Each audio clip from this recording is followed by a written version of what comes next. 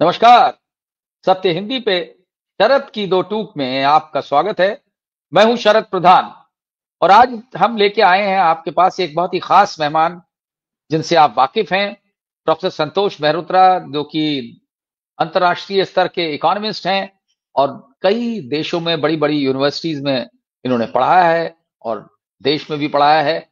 और आज हमारे साथ जुड़े हैं एक बड़ी बात का खुलासा करने के लिए कि किस तरह से चाइना इंडिया से बहुत आगे निकल गया, जबकि एक टाइम था जबकि लगभग बराबर के स्तर पे थे। 80 के दशक में चाइना और इंडिया ऑलमोस्ट, जो तक इकोनॉमी का सवाल है, वो लगभग बराबर स्तर पे थे। लेकिन देखते ही देखते चाइना बहुत आगे निकल गया और आज हम उनसे हर पैरामीटर पे बहुत पीछे हैं, जो कि बड़ा दुर्भाग्य है। और ये क्यों ऐसा हुआ है इतने वर्षों में, यही हमें बताएंगे संतोष मेहरोत्रा, क्योंकि उन्होंने बहुत डीप स्टडी करी है। और अभी पिछले ही हफ्ते कैम्ब्रिज यूनिवर्सिटी में इसी पे एक आपका भाषण हुआ है, जिसमें इन्होंने बताया है कि किस तरीके से चाइना इंडिया को बहुत पीछे छोड़ गया और इंडिया कुछ नहीं कर पाया अपने को, खुद को बचाने के लिए, बल्कि वो डूबता गया। और सिर्फ गलत नीतियों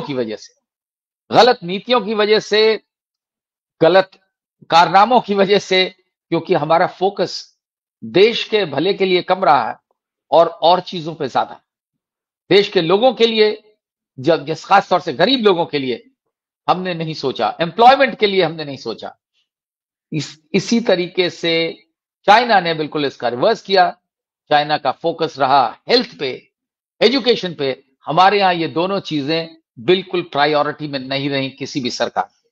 और हाल के वर्षों में तो और बदतर स्थिति हो गई, जो एम्प्लॉयमेंट कम होता गया, एम्प्लॉयमेंट, गरीबी बढ़ती गई, किसी ने परवाह नहीं करी।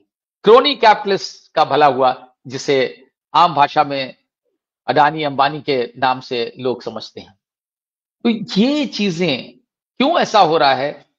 वो लोग जो अपने आप को नेशनलिस्ट कहते हैं, वो पार्टी जो अपने आप को राष्ट्रवादी कहती है, उसके राज में तो सुधार होने की उम्मीद थी, लेकिन कुछ नहीं हुआ। बातें की जाती हैं, राष्ट्रवाद की बातें की जाती हैं, देशवासियों की, और लेकिन देशवासियों के लिए सोच नहीं है, तो उसकी बहुत कमी है।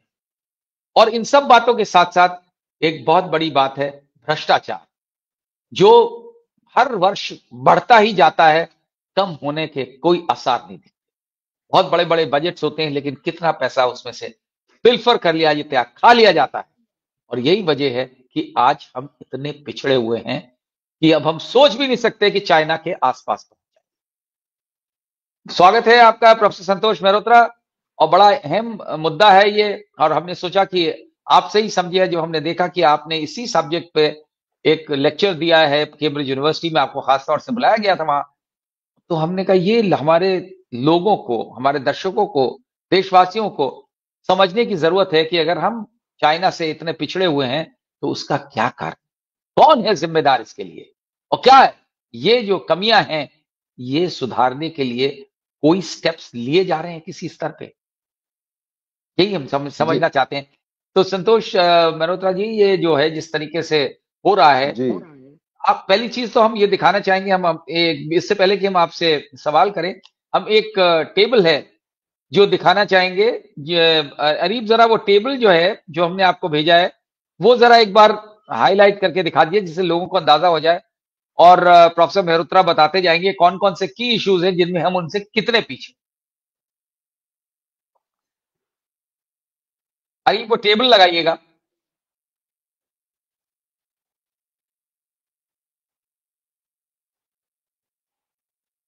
हाँ, ये वाला टेबल, इसको थोड़ा सा थोड़ा सा और इसको हाईलाइट कर। हाँ, जूम कर सकते हैं। अगर जूम नहीं कर सकते तो फिर हमारे श्रोता उसको देख नहीं पाएंगे। हाँ, तो ये थोड़े, नहीं ये कहाँ आ गया, कुछ और आ गया, नहीं नहीं ये कुछ और आ गया। नहीं नहीं, कुछ और आ गया। आप इस मुझे लग रहा था कि वो टेबल दिखाने का बहुत फायदा नहीं। मैं आपको नहीं चलिए, आप बताइए, ठीक है, रहने दीजिए अरीब, उसके बाद दिखाएंगे जो बाकी जो है टेबल के अलावा, जो आपने आपको बाकी वो भेजे हैं, वो भी दिखलाइएगा। अब ये संतोष सर, ये बताइए मुझे कि जी हमारे जी। दर्शकों को समझाइए किन किन कौन से की पैरामीटर्स हैं जिनमें हम बहुत पीछे हैं। हम लगभग सारे ही की पैरामीटर्स में, चाहे वो आर्थिक हो चाहे वो सामाजिक हो, सामाजिक से मेरा मतलब मानव विकास वाले हो, उन सब की पैरामीटर्स पे हम पिछड़े हुए हैं। और ये मान के चलिए कि हम चीन से लगभग, जबकि हम चीन और भारत की प्रति व्यक्ति आय 1980 के दशक में बराबर थी, प्रति व्यक्ति आय बराबर थी, मगर उनके मानव विकास के मतलब स्वास्थ्य और शिक्षा के जो मानक थे वो उनमें वो काफी आगे थे। और ये काफी आगे होना वही उनके उनके फायदे का निकला, और जिसकी वजह से वो हमसे आगे निकलते चले गए। इस पे मैं बाद में अभी आता हूं, मगर मोटी बात ये है कि आप कोई भी मानक आप देख लें, चाहे वो इलेक्ट्रिसिटी कंजम्पशन हो, विंड पावर कैपेसिटी हो, सोलर पावर कैपेसिटी हो, internet use by the population हो, इन सब में वो हमसे कहीं ज्यादा है। वो इंटरनेट डाउनलोडिंग स्पीड में हमसे कहीं तेज है, हाई स्पीड रेल में उनके कहीं कहीं मतलब उनकी आधी से ज्यादा ट्रेनें बुलेट ट्रेनें हैं। उनकी हाई स्पीड ट्रेनों में मैं चल भी चुका हूं। उनकी बुलेट ट्रेन 300 किलोमीटर प्रति घंटे की रफ्तार पे चलती हैं। और इसमें कोई दो राय नहीं है कि स्वास्थ्य में, शिक्षा में वो सब हमसे आगे हैं। मैं आंकड़े, ये आपका टेबल जो दिखा रहा था वो यही दिखाने की कोशिश कर रहा था, मगर मैं इसमें कोविड की डेथ्स में भी हम बहुत बहुत उनसे, एक ही चीज में हम शायद उनसे आगे हैं कि कोविड में जो लोग मरे हैं वो हमारे यहाँ कहीं बहुत ज्यादा है उनसे कंपैरिजन। जी जी, अरे जमीन और आसमान का अंतर है। हम तो दुनिया में अव्वल नंबर पे हैं कोविड की मृत्यु के हिसाब से। खैर हम कारणों पे ज्यादा चिंता करना चाहिए। बिल्कुल बिल्कुल, हमें उसे चिंता तो करने हम की जरूरत है। कारणों पे ही इस कार्यक्रम में हम तवज्जो देते हैं। तो आगे तो अरीम, मेरी आपको गुजारिश है कि आप एक वो ग्राफिक दिखाएं जो ग्राफिक है, क्या नाम है, नंबर उसका बता दें। हाँ, नंबर 3 है जो, हाँ यही, बिल्कुल सही आपने देखा। अब आप ये देखिए कि पिछले 2000 साल में चीन और भारत, आप ये देखें कि चीन वो लाल स्याही वाली लाइन है, और हम वो नारंगी स्याही वाली लाइन है। ठीक है, ठीक है। तो ये आप देखें कि लगभग 1700 तक हम और चीन अव्वल दर्जे की अर्थव्यवस्थाएं थी। ये दिखा रहा है ग्राफिक। और हम कहीं आगे थे चाइना से, हम चाइना से आगे थे, चाइना से हम आगे थे। हाँ, चाइना से हम आगे थे करीब 1500 तक, मगर फिर चाइना आगे निकल गया 1500 से 1700।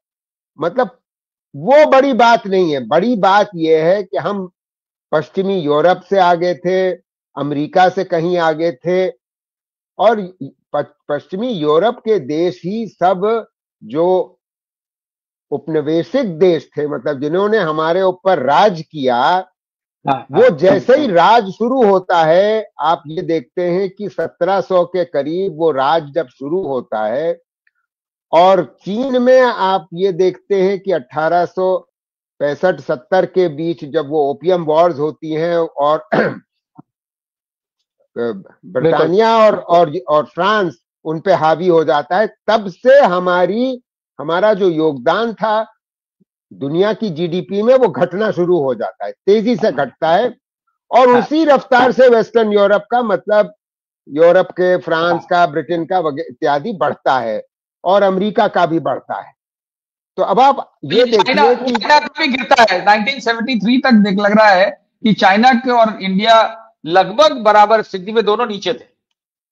आप बिल्कुल बजा फरमा रहे। मैंने इसी चीज से शुरुआत करी कि 73 मतलब 70 के दशक में और 80 के दशक के शुरुआत तक हम बराबर स्तर पे थे, मगर उसके बाद आप ये भी देख रहे हैं कि लाल लाइन कहाँ आगे निकल गई और हम कहाँ के कहाँ रह गए, हम कहाँ नारंगी पीछे रह गए।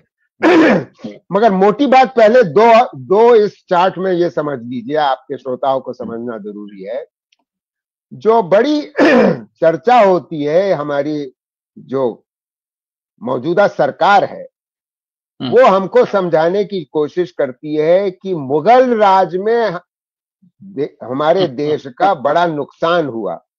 भाई यहाँ तो मुगल राज में आपके देश का कोई नुकसान आपको दिखता नहीं है। आप देखिए, लगभग 1500 से देख लीजिए 1700 तक कोई नुकसान आपको नहीं दिख रहा है। आप वो पा रहे हैं करीब 25-26% दुनिया की जीडीपी का भारत का योगदान हुआ करता था। वो 1600 में वही था जब जब अकबर का राज था, और 1700 में भी वही था जो उनका राज था। क्या नाम है, औरंगजेब का। अंग्रेजों के राज से गिरना शुरू हुआ जी। और हमारी आज की सरकार इस बात के बारे में चर्चा नहीं करती। वो जो देह दिखाना चाहती है कि मुसलमानों के राज में देखिए बड़ी गिरावट हो रही थी, बल्कि वो ये आपको साफ जाहिर हो जाता है इस ग्राफिक से कि वो बिल्कुल अनपढ़ हैं। इतिहास के बारे में, आर्थिक इतिहास के बारे में पूर्ण रूप से अनपढ़ हैं। जो गिरावट आती है वो आती है केवल ब्रिटिश कॉलोनियल राज में। ओके, तो दो बातें ये हो गई। अब हम फोकस करेंगे इसके बाद वो जो डाइवर्जेंस शुरू होती है, जो विषमता भारत और चीन के बीच में शुरू होती है, जो 70 के दशक से बाद। तो देखिए, मोटी बात आपके श्रोताओं को सबसे पहले ये समझनी चाहिए कि सबसे पहला कारण जो डाइवर्जेंस का है वो ये है कि आपके श्रोताओं को ये समझना आवश्यक है कि ये जो कृषि का इलाका का क्षेत्र है, कृषि में उनकी जो ग्रोथ रेट होती है 19 से 80 के दशक में, उसमें वो रिफॉर्म्स करते हैं, वो कलेक्टिव फार्म्स को डीकलेक्टिवाइज करते हैं और इंडिविजुअल ओनरशिप फार्म्स शुरू होते हैं, और उसके बाद उत्पादकता बढ़ती है, और हमारी उत्पादकता और हमारा कृषि में उत्पादन बहुत नहीं बढ़ता है।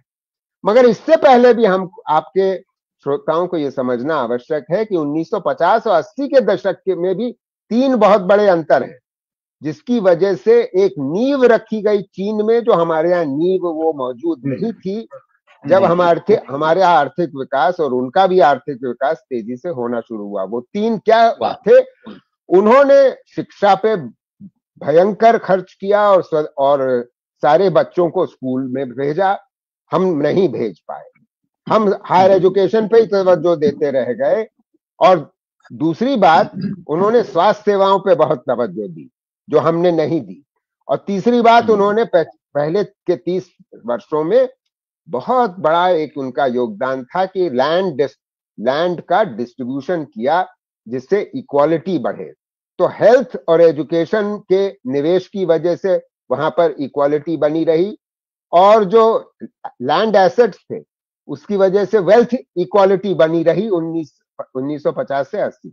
तो जब ग्रोथ रेट बढ़ना शुरू होती है उनकी और हमारी भी बढ़नी शुरू होती है 80 के बाद, तो उनकी इक्विटेबल ग्रोथ होती है, उनकी मतलब विषमताएं थोड़ी कम बढ़ती हैं। और लेकिन आपने जो लैंड रिफॉर्म्स की बात करी, इंडिया में भी जो जमींदारी एबॉलिशन हुआ था, जमींदारी एबॉलिशन एक्ट के तहत जिस तरह किया गया था, if I am not mistaken, वो बात सही है। मैं मना नहीं कर रहा, मैं कह रहा हूँ जमींदारी उसमें कोई कमी रह गई होगी ना, उसमें कोई कमी रह गई होगी, इसी वजह से भयंकर कमी। अरे भयंकर कमी रह गई, इतनी कमी रह गई कि आज की स्थिति हमारी कृषि की इतनी दयनीय है कि आपके श्रोताओं को समझना चाहिए कि हमारे देश में लगभग 45% जो कामगार लोग हैं, श्रमबल है, वो कृषि में लगा हुआ है, और जबकि वहां वो श्रम बल कहीं कम है, वो केवल लगभग 20-25% है। मोटी बात, उससे ज्यादा बड़ी बात ये है कि हमारे देश के 84-85% जो किसान हैं वो गरीब किसान हैं, वो स्मॉल एंड मार्जिनल फार्मर कहलाते हैं। वहां स्मॉल एंड मार्जिनल फार्मर नाम की कोई चीज ही नहीं है। हमारे यहाँ जो बड़ा किसान है, जो पंजाब, हरियाणा, पश्चिम यूपी में आपको दिखता है, उनका अमूमन जो औसतन उनका जो किसान है वो हमारे मिडिल और लार्ज फार्मर के बराबर का किसान है। उसकी जोत उतनी बड़ी है। आप ये समझिए, बहुत जरूरी बहुत बड़ी बात है, बहुत बड़ा अंतर है। तो वो वहां हमारे यहाँ लैंड जो जमींदारी एबोलिशन हुआ वो बड़ा कमजोर किस्म का जमींदारी एबोलिशन हुआ। उन्होंने केवल तालुकेदारों और जमींदारों को का जो रुतबा था वो खत्म कर दिया, मगर वही उन लोगों ने बेनामी जमीन अपने परिवार वालों के लिए के बीच में बांटी, जिसकी वजह से अधिक जमीन उनके हाथ में रही। तो वो विषमता जो जमीन में थी वो रही उनके हाथ में। इस तरीके की विषमता चीन में कभी नहीं रही। मैं आपको, आपके श्रोताओं को ये समझना जरूरी है। तो इस वजह से हमारे यहाँ कृषि पर निर्भरता इतनी ज्यादा है, और उन्होंने अपनी कृषि की निर्भरता कैसे कम करी, हम आगे चल के बात करते हैं। चलिए अब तेजी से आगे बढ़ते हैं। बिल्कुल। तो देखिए 4-5 कारण हैं जो मैं आपके श्रोताओं को बताना चाहता हूं कि जैसे जैसे हमारे देश की हमारे दोनों देशों का विकास शुरू होता है, तेज गति से शुरू होता है, तो 1980 के बाद चीन एक बहुत बड़ी कामयाबी हासिल करता है। वो ये करता है कि हालांकि चीन एक डिक्टेटरशिप है, वन पार्टी डिक्टेटरशिप है। उनका कॉन्स्टिट्यूशन भी यूनिटरी कॉन्स्टिट्यूशन है, हमारी तरीके से फेडरल कॉन्स्टिट्यूशन नहीं है। हम तो मल्टी पार्टी डेमोक्रेसी है, मगर मल्टी पार्टी डेमोक्रेसी होने के बावजूद और हम संघीय ढांचा इस्तेमाल करने के बावजूद हम पाते ये हैं कि हमारे देश में जो विकेंद्रीकरण है, कौन सा विकेंद्रीकरण? राजकोषीय विकेंद्रीकरण उस प्रकार नहीं हुआ है। हमारे देश में दिल्ली का बड़ा वर्चस्व है, चीन में बीजिंग का उस प्रकार का वर्चस्व नहीं है। उन्होंने विकेंद्रीकरण किया। विकेंद्रीकरण करने का फायदा ये हुआ जो हमारे देश में अभी तक नहीं हुआ है। हमारा जो राजकोषीय संस्थाएं हैं वो सब इस प्रकार बर्ताव करती हैं कि सारा टैक्स 60-65% टैक्स रेवेन्यू जो है केंद्र के पास आता है। वहां ऐसा नहीं है। वहां 55% जो राजकोषीय खर्च है वो उनकी पंचायतों द्वारा किया जाता है और उनके अर्बन लोकल बॉडीज द्वारा किया जाता है। उनको वो टाउनशिप एंड काउंटी गवर्नमेंट कहते हैं। हमारे यहाँ उल्टी बात यह है कि क्योंकि हमने विकेंद्रीकरण नहीं किया, हम केंद्रीकृत रह गए। उसकी वजह से जो एक विकास होता है लोकल लेवल पे, स्थानीय स्तर पे, और जो डिस्ट्रिक्ट्स के बीच में जो और राज्यों के बीच में जो प्रतिस्पर्धा बढ़ती है, कंपटीशन बढ़ता है कि हम अगर निवेश करते हैं अपने इलाके में तो हमारे यहाँ इंडस्ट्री अट्रैक्ट होगी तो हमको जो राजकोषीय फायदा होगा क्योंकि हमें टैक्स मिलेगा, वो टैक्स हम रख सकते हैं। ये टैक्स रख लेने वाली जो तरकीब है ये हमारे देश में बिल्कुल नहीं फॉलो होती। मैं जैसे कह रहा हूं कि फाइनेंस कमीशन जो काम हमारे यहाँ करता है, हमारा संस्थागत बड़ा केंद्रीकृत है। हमारे यहाँ ओके 60-65% जो टैक्स रेवेन्यू कलेक्ट होता है किसी भी स्रोत से, चाहे वो कॉर्पोरेट टैक्स हो, इनकम टैक्स हो, जीएसटी हो, वो सारा जाता है कहाँ? दिल्ली के पास। दिल्ली, और दिल्ली तय करता है राजनीतिक इश्यूज को लेकर के कि किसको देना है किसको नहीं देना है। अगर वो किसी से जी नाखुश है, ऑपोजिशन पार्टी जी है, उसको नहीं देते हैं। वो जी, विकास के लिए नहीं देते, वो देते हैं कौन पार्टी हमारी साथ है। वो भी एक मुद्दा है वो भी एक मुद्दा है। मगर आप इसके विपरीत, अब आपके श्रोताओं को यह समझना जरूरी है कि चीन में वो पूरी छूट देते हैं कि आप पंचायत यानी कि या अर्बन लोकल बॉडी, आप टैक्स लगाओ, और जो टैक्स आप लगाओगे, जो आमदनी होगी, उसका केवल 5-10% आपको केंद्र में भेजना है, और बाकी 90% आप रख सकते हैं। अगर 90% आप वो अर्बन लोकल बॉडी रख रही है या पंचायत रख रही है, तो आप समझ सकते हैं कि उनकी कितनी आमदनी होगी। और यही कारण है कि उनका विकास, जो लोकल लेवल पे विकास है, वो बहुत अच्छा है, बहुत जबरदस्त विकास है। बड़ा कंपटीशन है राज्यों के बीच में, बड़ा कंपटीशन है उनसे छोटी इकाइयां टाउनशिप एंड काउंटी गवर्नमेंट्स के बीच में। हमारे देश में देखिए, शुरुआती दौर में पहले 20-25-30 साल तो ये माना जाता था, और सही माना जाता था, कि केंद्रीकरण की आवश्यकता थी, क्योंकि 1947 में अंग्रेज हमारे देश को जिस हालत में छोड़ के गए थे, 550 राजा महाराजाओं की जमीन बटी हुई थी हमारे देश की। हमारे देश की पूरी जमीन 550 राजा महाराजाओं के बीच में बटी हुई थी, रियासतों के बीच में। तो उनको एकीकृत करना था। तो एकीकृत करने के कारण हमको सेंट्रलाइज्ड एक संस्थागत तरीके से कॉन्स्टिट्यूशन हमारा बना। मगर सवाल ये उठता है कि क्यों हमको 40-45 साल लगे राजीव गांधी को 1994 में आकर के पंचायती राज को स्थापित किया गया, और पंचायती राज को स्थापित भी किया गया, मगर उस पंचायती राज शासन को बड़ा कमजोर रखा गया, राजकोषीय तौर पे बड़ा कमजोर रखा गया। तो ये बहुत बड़ा अंतर है।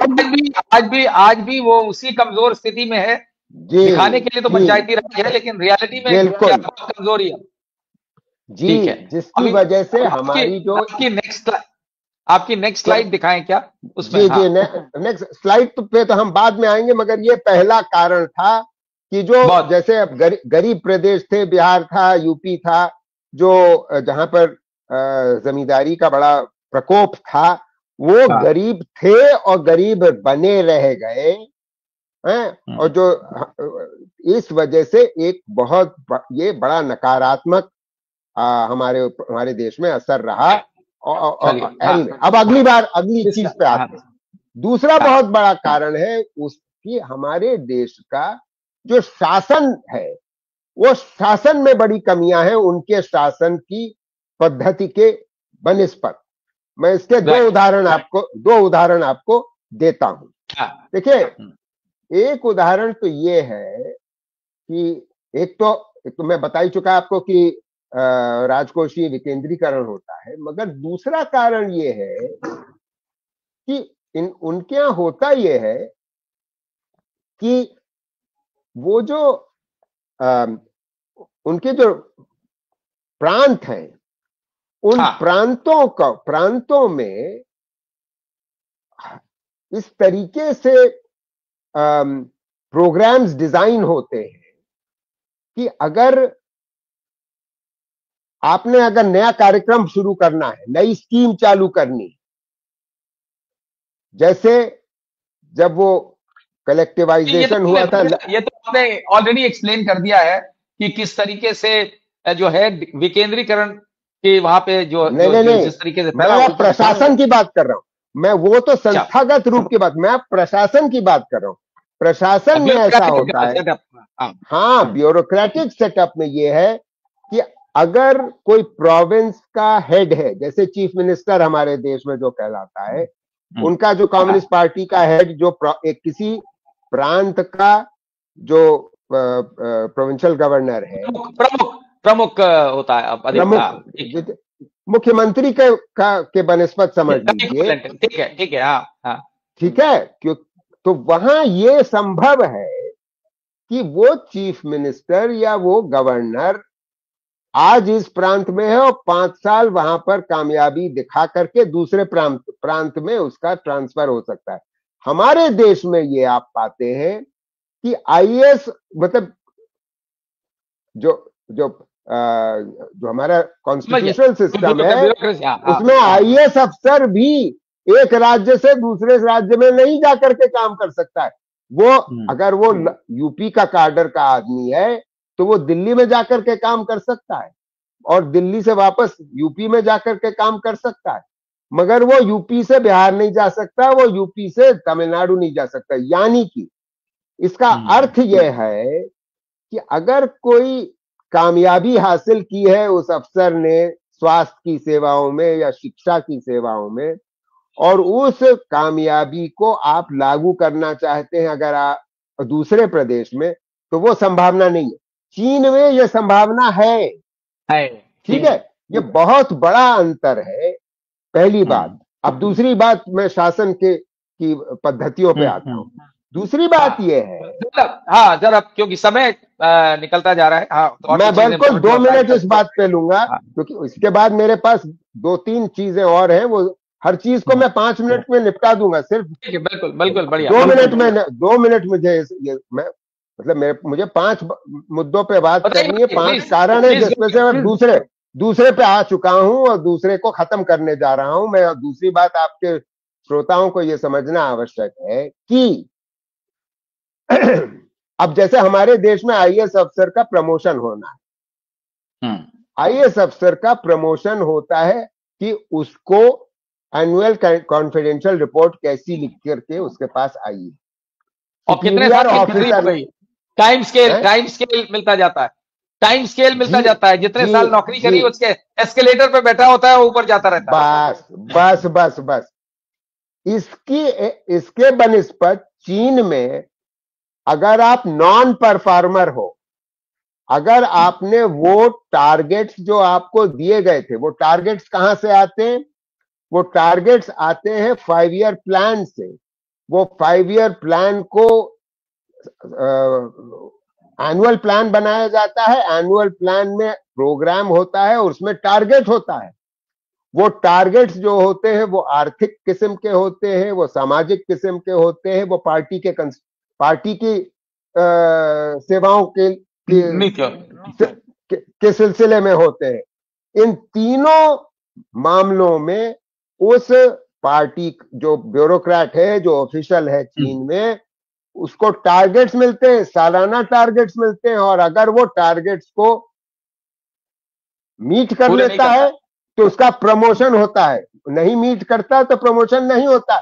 हमारे यहाँ टारगेट ओरिएंटेड कोई ऐसा काम नहीं होता। हमारे यहाँ अगर आपके सुपीरियर ऑफिसर ने एसीआर आपको 10 में से 9, 9.5 दे दिया और आपके पास 4-5 साल के है, तो वो आपको ऑटोमेटिक प्रमोशन होता चला जाता है। बहुत बड़ी दिक्कत है इसमें। चाहे आप कितने पुअर परफॉर्मर हो, कितने भ्रष्ट हो, प्रमोशन तो हो ही जाएगा। आज हटा दिया एक विभाग से दूसरे विभाग में भेज देते हैं, यही है बस। बिल्कुल। और ये जो एक विभाग से दूसरे विभाग में भेजने की जो पद्धति है, वो और दिक्कत करती है। दिक्कत इसलिए करती है क्योंकि आपके पास इतना समय नहीं होता कि आप कम से कम 2 साल रहे और इसमें दिखा पाए कि भाई हमने ये टारगेट्स अचीव किए। अरे यहाँ टारगेट से, जब आपको टारगेट का मापदंड ही नहीं है आपके प्रमोशन में, तो आप टारगेट से आपका लेना देना क्या? आपको पैसा मिलता है स्कीम के लिए, स्कीम का पैसा आपने खर्च किया और आपका काम हो गया, क्योंकि तो आपने पैसा खर्च कर लिया, आपने प्रोसीजर्स फॉलो कर लिए, आपने प्रोसेस फॉलो कर ली, उसकी वजह से आपको प्रमोशन मिल गया। तो ये दूसरा बहुत बड़ा कारण है कि हमारे यहाँ एफिशिएंसी और करप्शन में बड़ा अंतर। अब हम तीसरी बहुत बड़ी बात पे आते हैं, जो बहुत ही बड़ा मुद्दा है, और वो है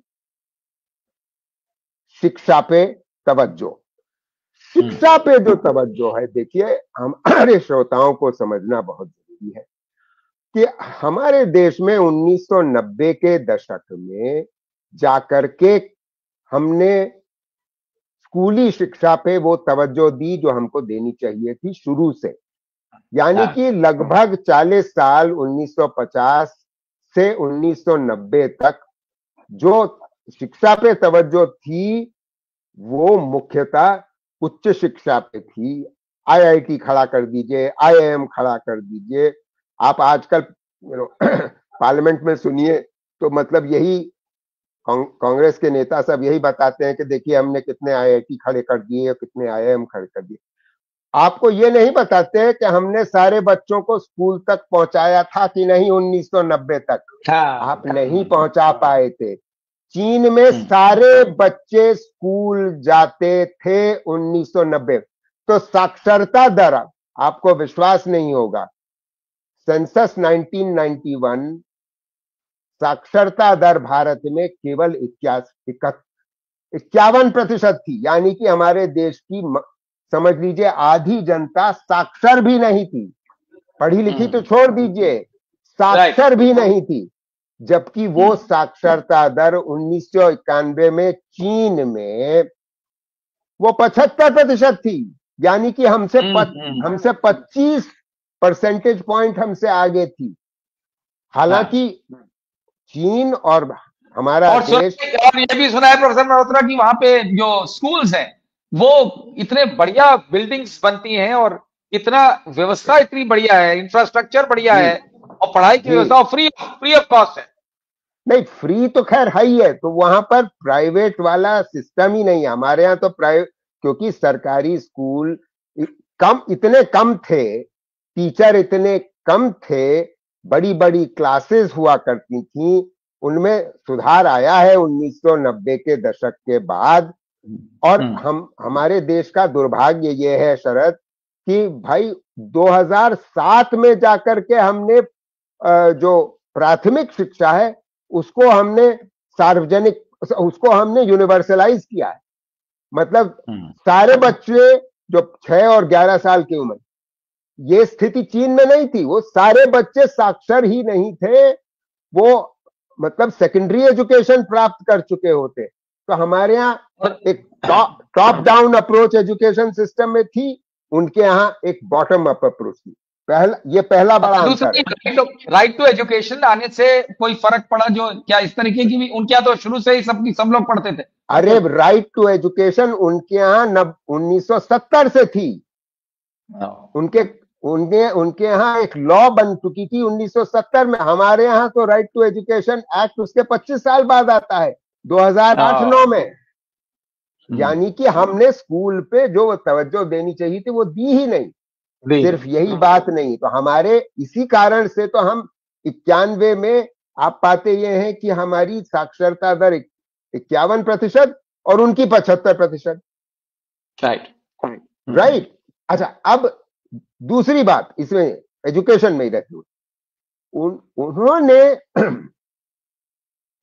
बच्चों के लिए कुशलता पूर्ण वोकेशनल एजुकेशन, वोकेशनल ट्रेनिंग, आप समझ रहे हैं, वोकेशनल एजुकेशन, वोकेशनल ट्रेनिंग को तवज्जो दी स्कूलों में।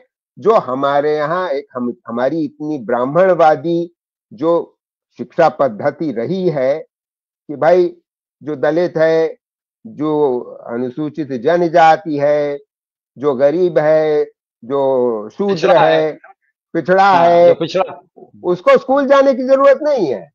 वो तो अपना खेती करेगा या अपना काम करेगा या वो हमारे यहाँ काम करेगा। उसको हमारा ब्राह्मणवादी जो समाज है, मनुवादी जो समाज है, उसका खमियाजा हमारा देश आज भी भुगत रहा है। और अगर ये बात हमारी सरकार मानने को तैयार नहीं है तो वो हमारे देश पे कुठाराघात कर रही है, हमारे देश की जनता पे कुठाराघात कर रही। क्योंकि और ये सब बातें की चर्चा न कोई न्यू एजुकेशन पॉलिसी में भी नहीं हमारे यहाँ होती है। बड़ा भारी अंतर है। आपको विश्वास नहीं होगा आपके श्रोताओं को सुन करके कि हमारे देश का जो कामगार है, जो श्रमबल है, उसमें उनको फॉर्मल वोकेशनल एजुकेशन वाली जो बच्चे हैं या कामगार हैं 3% है केवल। इतनी बात स्किल इंडिया वगैरह की होती है, स्किल इंडिया पे कार्यक्रम इतने चले जा रहे हैं, मगर और इनमें स्टार्ट किया गया स्किल इंडिया भी।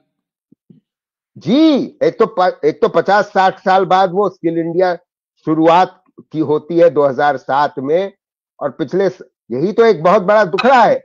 चीन में यही कारण है कि जो है देश में जो है हमारे यहाँ उद्योगपति तो बहुत बड़े बड़े हो गए, रिच लोग बढ़ते गए, और गरीब की गरीबी बढ़ती गई, रईसों की हाँ, तो ये क्यों है? इसका बहुत बड़ा कारण, इसका एक बहुत बड़ा कारण तो हमारा कास्ट सिस्टम है। सिर्फ कास्ट सिस्टम तो एक हमारे समाज को वर्गीकृत करता है और एक विषमताओं का स्रोत है, मगर उस कारण से जो हमारा शिक्षा का स्तर रहा है वो अधिकतर इतना कम रहा है कि हम रिजर्वेशन देने के बावजूद हम पाते ये हैं कि हम रिजर्वेशन वाली सीटों पे उन पोस्टों को भर नहीं पाते, आज भी नहीं भर पाते, क्योंकि आप कहते हैं कि आपके पास कैंडिडेट नहीं। क्यों कैंडिडेट नहीं? क्योंकि आपने उनको पढ़ाया और लिखाया, बराबरी की शिक्षा नहीं दी। बिल्कुल बिल्कुल, बराबरी की शिक्षा नहीं दी। बहुत भारी अंतर है, बहुत भारी अंतर है ये चाइना बहुत भारी अंतर है। और चीन में वोकेशनल एजुकेशन पे जबरदस्त तवज्जो दी जाती है। नवी कक्षा से, मतलब आप पाते हैं कि आपकी स्ट्रीमिंग हो जाती है। 50% एक इम्तहान देते हैं बच्चे 8-9 साल की शिक्षा प्राप्त करने के बाद, और इम्तहान के बाद वो बच्चे वोकेशनल एजुकेशन में जाते हैं 50%, और बाकी 50% जनरल एकेडमी। हमारे यहाँ तो सारे के सारे जनरल एकेडमी। इन कमियों के लिए प्रोफेसर संतोष मल्होत्रा, ये आपको क्या लगता है राजनीतिक पार्टियां कहां तक जिम्मेदार है? मुझे तो वही लगता है कि उन्होंने कभी तवज्जो नहीं दी इन चीजों पे और सोचा नहीं। और ठीक कह रहे हैं। देखिए, मगर ये भी एक सारी राजनीतिक पार्टियां एक सी नहीं है। दक्षिण की जो राजनीतिक पार्टियां हैं, खास तौर से केरल में, तमिलनाडु में, कर्नाटक में, आंध्र प्रदेश में, वहां पर शिक्षा पे जो तवज्जो बहुत दशकों से चली आ रही है, वो उसी की वजह से वो ज्यादा विकसित हो गए हैं, और उनकी जनसंख्या की वृद्धि दर भी कम हुई है। क्योंकि जहां महिलाएं जल्दी पढ़ जाती हैं और अच्छा पढ़ जाती हैं, कम से कम माध्यमिक शिक्षा स्तर प्राप्त कर लेती हैं महिलाएं, उनकी मतलब फर्टिलिटी रेट, प्रजनन दर जबरदस्त तौर से कम होती है, जो यूपी और बिहार में शिक्षा को तवज्जो नहीं दी गई। जल्दी शादियां कर दी जाती हैं और लड़कियां जो रेजिस्ट नहीं कर पाती हैं, बोल नहीं पाती हैं, क्योंकि पढ़ी लिखी नहीं है, इसी वजह से ये तो सामाजिक पिछड़ापन रहा है। और कौन सा फैक्टर है आपकी नजर में जिसकी वजह से हम इतने पिछड़े रह गए? ये एक बहुत बड़ा कारण रहा है जिसकी वजह से हम इतने पिछड़े रह गए। इसका एक आर्थिक पहलू भी है, इस पे मैं 1 मिनट बस लूंगा और फिर उसके बाद फिर हम चौथे कारण पे आ जाते हैं। इसका आर्थिक खमियाजा ये है कि जब आपके देश के कामगार लोगों का ह्यूमन कैपिटल लेवल, या आप कहिए कि एवरेज इयर्स ऑफ स्कूलिंग जो होती है, यानी कि आम जनता, आम कामगार के एवरेज लेवल ऑफ स्कूलिंग क्या है, उसमें चीन का स्तर हमसे कहीं आगे है और भारत का स्तर बहुत कम है। इसकी वजह से होता यह है कि शरद भाई, कि विदेशी निवेश हमारे देश में उस प्रकार नहीं हुआ जिस प्रकार से चीन में हुआ, क्योंकि वो पा ये रहे थे, विदेशी कंपनियां ये पा रहे थे कि अगर हम चीन में निवेश करेंगे और मैन्युफैक्चरिंग करेंगे तो हमको वो पढ़े लिखे और कौशल स्किल्ड लोग मिलेंगे जी, जो हमारे यहाँ नहीं मिलेंगे, जो पिछले 20-25-30 साल में हम पा रहे हैं कि वो निवेश तमिलनाडु में हो रहा है, कर्नाटक में हो रहा है। क्यों हो रहा है? क्योंकि उन्होंने वो तवज्जो दी शिक्षा और महिलाओं की शिक्षा पे तवज्जो दी। हमारे यहाँ उत्तर के राज्यों में वो तवज्जो नहीं दी गई। इस वजह से न विदेशी निवेश न हमारे देश का स्वयं राष्ट्रीय निजी निवेश बहुत बढ़ा है।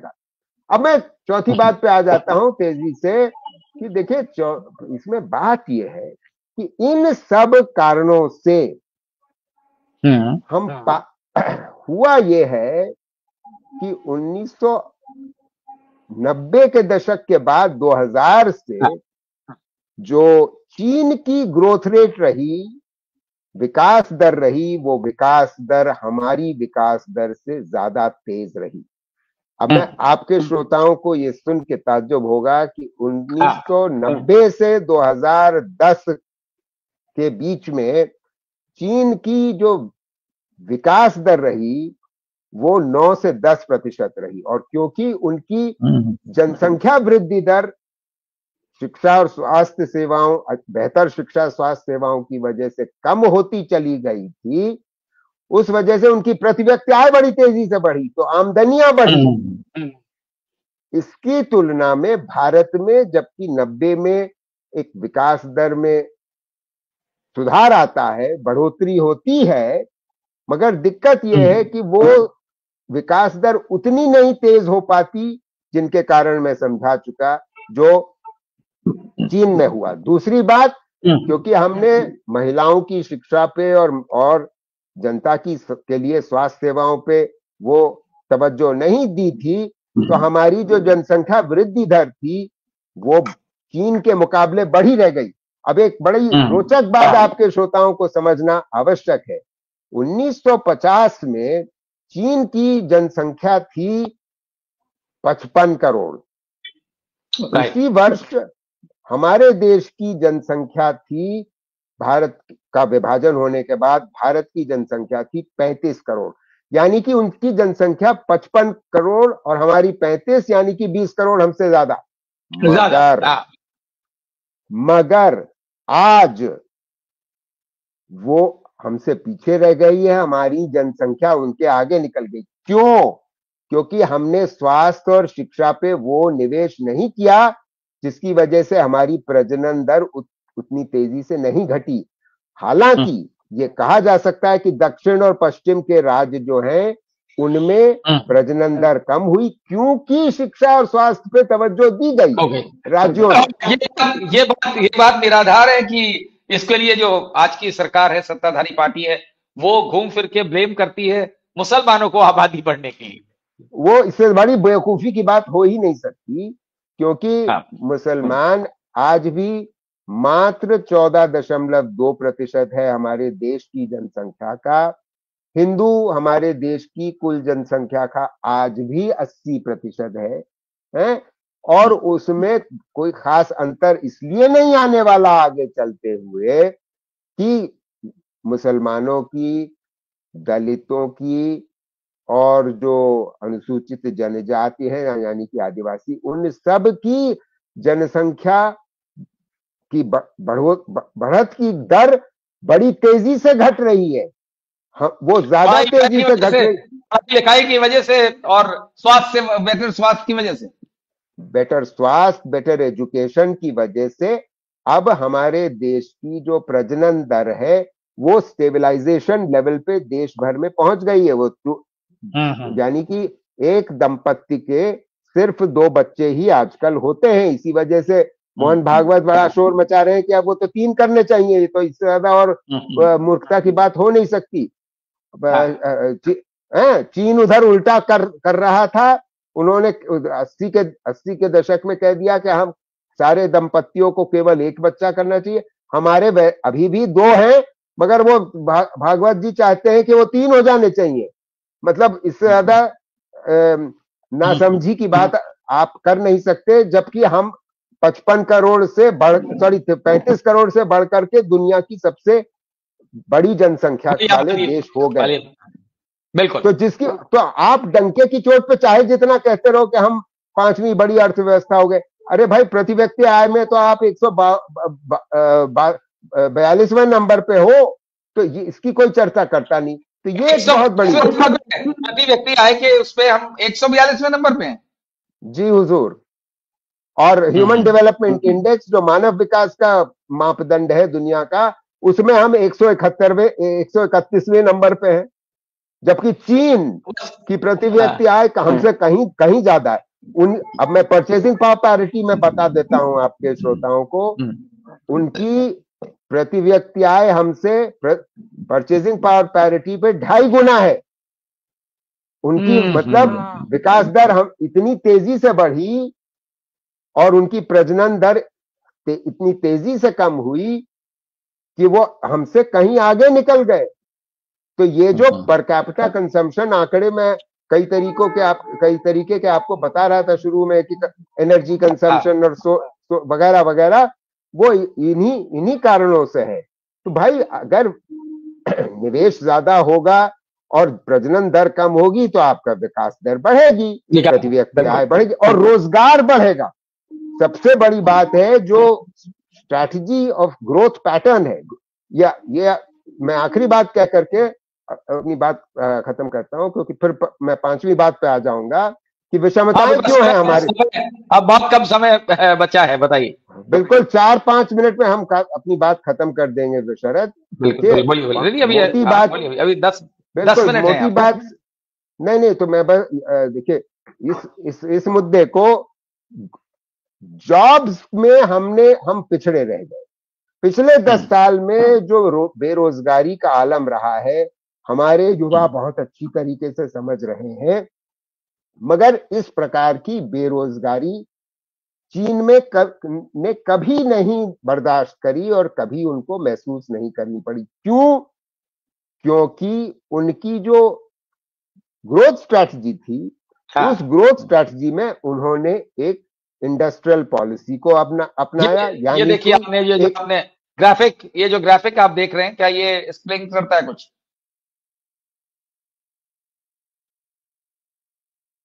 ये आपका कनेक्शन कुछ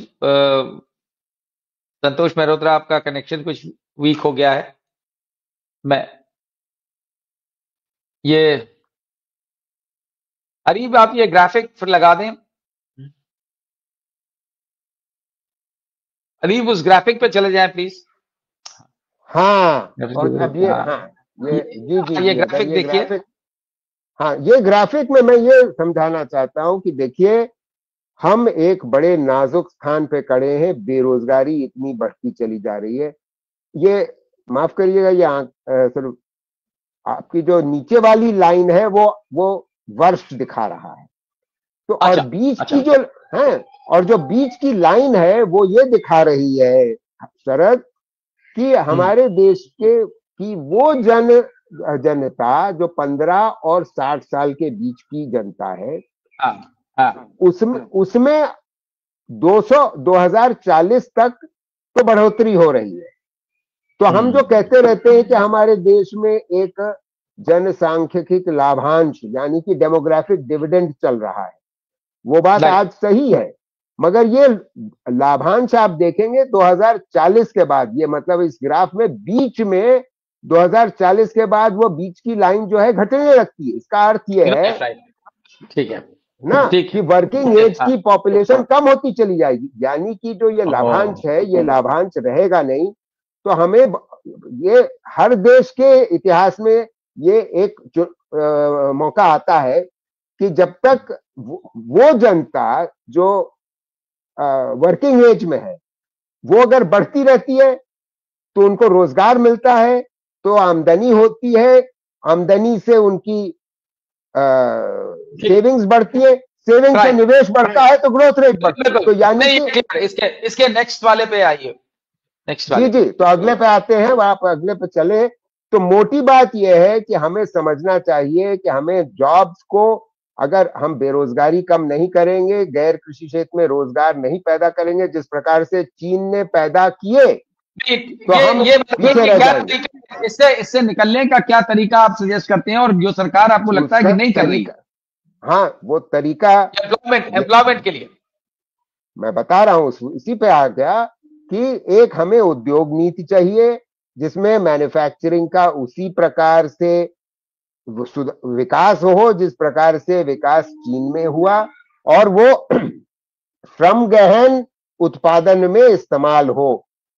हमारे देश में उल्टा हो रहा है, श्रम गहन उत्पादन मैन्युफैक्चरिंग में नहीं हो रहा है, वो पूंजी गहन मैन्युफैक्चरिंग बढ़ रही है, यानी कि कैपिटल इंटेंसिव, तो उसमें रोजगार पैदा नहीं होता। तो हमारा सारा रोजगार लेबर इंटेंसिव हमारा जी, और हमारा सारा रोजगार जो है वो असंगठित क्षेत्र में होता है। अब आप ये ग्राफिक देखिए कि manufacturing as a proportion of total GVA ये भारत का है, ये 2012, अब ये यहां से इस ग्राफिक में देखिए कि 2012 के बाद ये गिरता ही चला गया, यानी कि जो 25 साल लगभग समतल था करीब 17% पे, वो मैन्युफैक्चरिंग गिरी है। मतलब एक तरफ हमारे प्रदेश के प्रधानमंत्री बात करते हैं मेक इन इंडिया की और परफॉर्मेंस लिंक्ड इंसेंटिव स्कीम की, मैन्युफैक्चरिंग में बल्कि गिरावट आई है। आप ये समझ रहे हैं? तो मतलब जबकि चीन में ये बढ़ता चला गया क्योंकि उन्होंने मैन्युफैक्चरिंग पे तवज्जो दी, एक इंडस्ट्रियल पॉलिसी अपनाई, और वो भी मैन्युफैक्चरिंग के जरिए से एम्प्लॉयमेंट जनरेट होता है, कैपिटल इंटेंसिव में जॉब नहीं, ये बात है जी। बिल्कुल बात सही। आगे बढ़िए बस अब। बिल्कुल खत्म कर रहे हैं बिकॉज, और इन सब कारणों से, शिक्षा की वजह से, जॉब्स ना होने की वजह से, हम विषमताओं को बढ़ते हुए अपने देश में देख रहे हैं। जिस तरीके से हमारे देश की में विषमताएं बढ़ी हैं वो इस ग्राफिक में दिख रहा है। ये कैसे दिख रहा है कि शेयर ऑफ नेशनल इनकम जो टॉप 1% जो सबसे अमीर 10% है, वो आपकी भूरा बार है, और जो टॉप 1% है उनको कितनी इनकम होती है, वो काला बार है। अब आप देखिए हम कितनी विषमता है कि टॉप 10% के पास चीन में, आप बीच में देखिए south Africa, India, Brazil, USA, चीन, टॉप 10% का शेयर 43% है। हमारे यहाँ कितना है? 57.7%, जो हम दूसरे बार पे। आप देखिए जो ज्यादा रईस लोग हैं, क्या मतलब इसका? एब्सोल्युटली, जो टॉप 10% रईस लोग हैं, वो कुल जमा एक साल में जो आमदनी लोगों की, देश के लोगों की होती है, जनता की लोगों की होती है, 10% लोग 57% हासिल कर लेते हैं। जितनी ज्यादा विषमता, ये विषमता बड़े इंडिया में व्हाइट ब्लैक लाइन ब्लैक नहीं है, क्या मतलब इसका? नहीं, वो उसका तो हम सिर्फ इंडिया को हाईलाइट कर रहे हैं, इस वजह से उनपे कलर नहीं डाला है, मगर ये दिखा रहा है। अच्छा, ओके। और कोई अंतर नहीं है भाई, ये बता रहा है कि दुनिया में सबसे अधिक विषमता आमदनी के मामले में साउथ अफ्रीका में है, और जो विकसित देश हैं जैसे फ्रांस और यूके, उनमें कम है, मगर हम दुनिया के सबसे अधिक, लगभग सबसे अधिक विषमताओं वाले देशों के में शामिल हो चुके हैं। अब आप इसमें ये भी आंकड़ा देख लीजिए कि जो उच्चतम 1% है, जो सबसे अमीर लोग हैं मतलब मैं सिर्फ अडानी अंबानी की नहीं बात कर रहा, मैं हाई नेट वर्थ इंडिविजुअल्स की बात कर रहा हूं। उनके पास 22, हमारे देश में 22 अब ये इन्होंने, अरीब ने शिफ्ट कर दिया, हम वेल्थ पे आ गए। ये वेल्थ दिखा रहा है, यानी कि वेल्थ में भी हमारे यहाँ विषमता चीन से ज्यादा बढ़ी है। आप देख लीजिए कि सबसे ज्यादा विषमता साउथ अफ्रीका में है, फिर ब्राजील में है, फिर यूएसए में है। मगर हम कोई बहुत पीछे नहीं उनसे। आप ये देख रहे हैं कि हम विषमताओं में, ठीक है। आमदनी में और संपत्ति में, वेल्थ में आ जाता है आपका नेटवर्थ वगैरह। तो ये सारी चीजें ये बतलाती हैं कि किस तरीके से जो डिस्क्रिमिनेशन हुआ है यहाँ पे, जो अच्छी पॉलिसीज थी चाइना की वो ना फॉलो करके हमने अपने खुद बना लिए, अपने मानक बना लिए, और उसमें ये ख्याल नहीं रखा गया कि क्या ये नीतियां देशवासियों के लिए भला करेंगी कि नहीं। और दूसरा, सरकार ने ये भी नहीं ख्याल रखा है कि नीतियां जो बनाई जाए उनका क्रियान्वयन हो, इम्प्लीमेंटेशन हो। भ्रष्टाचार और इनएफिशिएंसी की वजह से ये चीजें नहीं हो पाई जो कि चाइना में बखूबी की गई। काश इस तरीके का होता तो आज हम इस स्थिति में नहीं बैठते कि हम चाइना से हर पैरामीटर में पीछे होते, और इतना पीछे होते कि सोच भी नहीं सकते उनकी बराबरी करने की। भाषण हम दे सकते हैं और भाषण हम देते हैं, हमारे यहाँ यही कल्चर है, और भाषणों के जरिए से सारा जोर इस पे रहा है कि हम किस तरह से वोट हासिल कर लें, किसी भी तरह से वोट हासिल कर लें। यही वजह है शायद प्रोफेसर संतोष, मुझे लगता है कि यही वजह है कि हमारे यहाँ जोर इस पे है, one nation one election, one nation one education पर नहीं है, वन नेशन वन हेल्थ पे नहीं है, इन चीजों से मतलब नहीं है। तो ये बताता है हमारी देश की और हमारी सरकारों की प्रायोरिटीज कहाँ हैं, देशवासियों के लिए हैं या अपने खुद के लिए। आज के लिए इतना ही। आपका बहुत बहुत शुक्रिया प्रोफेसर संतोष मेहरोत्रा हमारे साथ आने के लिए, और इतनी विस्तार से तमाम ऐसी चीजों पे फोकस करने की जो हमारे लोगों को समझने की जरूरत है और जानने की जरूरत है कि क्यों हम इतने पिछड़े बने हुए हैं आज। बहुत बहुत धन्यवाद। नमस्कार। धन्यवाद।